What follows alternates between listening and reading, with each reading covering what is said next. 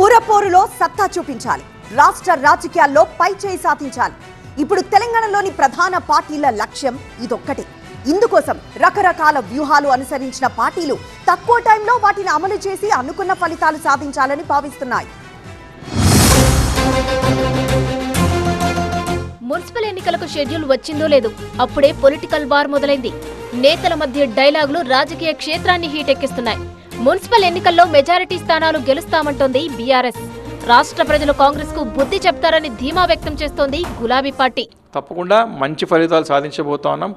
కాంగ్రెస్ ప్రభుత్వం, ముఖ్యంగా రేవంత్ రెడ్డి గారి నాయకత్వంలో జరుగుతున్న ప్రభుత్వం పూర్తిగా కుంభకోణంలో కూరుకుపోయినది, పూర్తిగా అవినీతిలో కూరుకుపోయినది. ప్రజలకు అందుబాటులో నాయకుడు లేదు.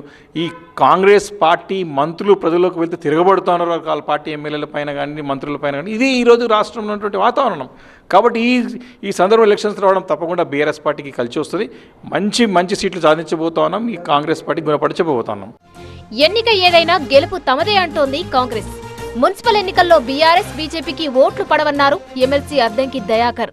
కేవలం రాజకీయ అస్తిత్వం కోసమే పోరాడుతున్న బీఆర్ఎస్ పార్టీ అట్లీస్ట్ ఈ పురపాలక సంఘాల్లోనైనా వాళ్ళ యొక్క ప్రాధాన్యతను పెంచుకోవాలనుకుంటున్న బీజేపీకి శరాఘాతమవుతుంది. ఎందుకంటే ఒక్క పైసా దేని బీజేపీ గతంలో మున్సిపాలిటీలను ఏ విధంగా విధ్వంసం చేసిండ్రో బీఆర్ఎస్ని ప్రజలు తలుచుకుంటున్నారు. కాబట్టి రేపటి మున్సిపాలిటీస్ అంతా కూడా రేవంత్ రెడ్డి గారి నాయకత్వం మీద నమ్మకంతో కాంగ్రెస్ పార్టీకి అనుకూలంగా రావడానికి ఎక్కువ మాకు స్కోప్ ఉన్నది.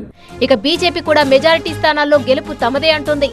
రాబోయే ఎన్నికల్లో అధికారమే టార్గెట్ అంటోన్న కమలం పార్టీ మున్సిపల్ ఎన్నికల్లో వీలైనన్ని ఎక్కువ స్థానాలు గెలిచి పార్టీ శ్రేణుల్లో ఉత్సాహం నింపే ప్రయత్నాల్లో ఉంది కమలం పార్టీ. ప్రతి ఎన్నిక పంచాయతీ మెంబర్ దగ్గర నుంచి మొదలుకుంటే పార్లమెంట్ మెంబర్ దాకా ప్రతి ఎన్నికను భారతీయ జనతా పార్టీ అంతే ప్రతిష్టాత్మకంగా తీసుకుంటుంది. సో పోటీ ఎవరి మధ్యలో ఉంటుందంటే పోటీ డెఫినెట్గా అధికార పార్టీకి మాకు మధ్యలోనే ఉంటుంది. ఇంకా వేరే వాళ్ళు ఎక్కడ ఉంటారు?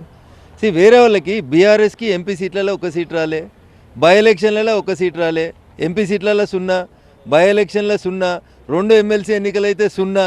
ఇక మళ్ళీ వాళ్ళకి మాకు పోటీ ఎందుకు పెడుతున్నారు? మీరు 0 వచ్చిన వాళ్ళతో మాకెందుకు పోటీ ఉంటుంది? అయితే మున్సిపల్ ఎన్నికలపై పార్టీలని గట్టిగానే ఫోకస్ చేసినట్టు కనిపిస్తుంది. పంచాయతీ ఎన్నికల ఫలితాలను దృష్టిలో పెట్టుకుని ఈసారి ఎట్టి పరిస్థితుల్లోనూ ప్రత్యర్థులకు ఛాన్స్ ఇవ్వొద్దని భావించిన కాంగ్రెస్ అభ్యర్థుల ఎంపికపై ముందే కసరత్తు మొదలుపెట్టింది. సర్వేల ద్వారా అభ్యర్థుల ఎంపిక చేపట్టడంతో పాటు రెబల్స్ లేకుండా చూసుకునేందుకు గ్రౌండ్ వర్క్ చేస్తుంది. మున్సిపాలిటీలతో పాటు కార్పొరేషన్లపై ప్రత్యేకంగా ఫోకస్ చేసింది. ఇక బీజేపీ కూడా తమకు బలం ఉన్న చోట్ల ఖచ్చితంగా గెలవాలని భావిస్తుంది. పార్టీ ఎంపీలు, ఎమ్మెల్యేలు, ఎమ్మెల్సీలు అంతా ఈ దిశగా పనిచేసేలా రాష్ట్ర నాయకత్వం దిశానిర్దేశం చేసింది. ఇక పంచాయతీ ఎన్నికల్లో తాము ఆశించిన ఫలితాలు వచ్చాయని భావిస్తున్న బీఆర్ఎస్ మున్సిపల్ ఎన్నికల్లోనూ ఆ జోరును కొనసాగించి తమ పట్టు సడలకుండా చూసుకోవాలని కసరత్తు చేస్తుంది. గెలిచే అభ్యర్థులకే టికెట్లు ఇస్తామని ఇప్పటికే పార్టీ శ్రేణులకు సంకేతాలు కూడా ఇచ్చింది.